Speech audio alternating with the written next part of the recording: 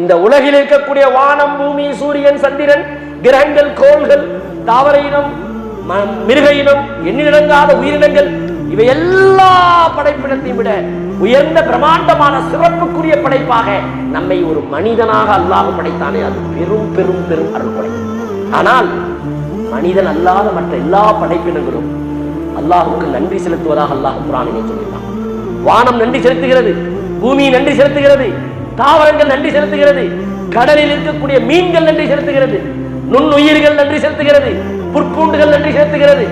ஆனால் மிகச் சிறந்த படைப்பாக, பிரமாண்ட படைப்பாக படைத்திருக்கக்கூடிய இந்த மனிதன் அல்லாஹுக்கு நன்றி கெட்டவனாக இருக்கிறான். அல்லாஹ்வுடைய அருள்படைகளை பொய்ப்பிப்பவனை போன்றே நடந்து கொள்கிறான்.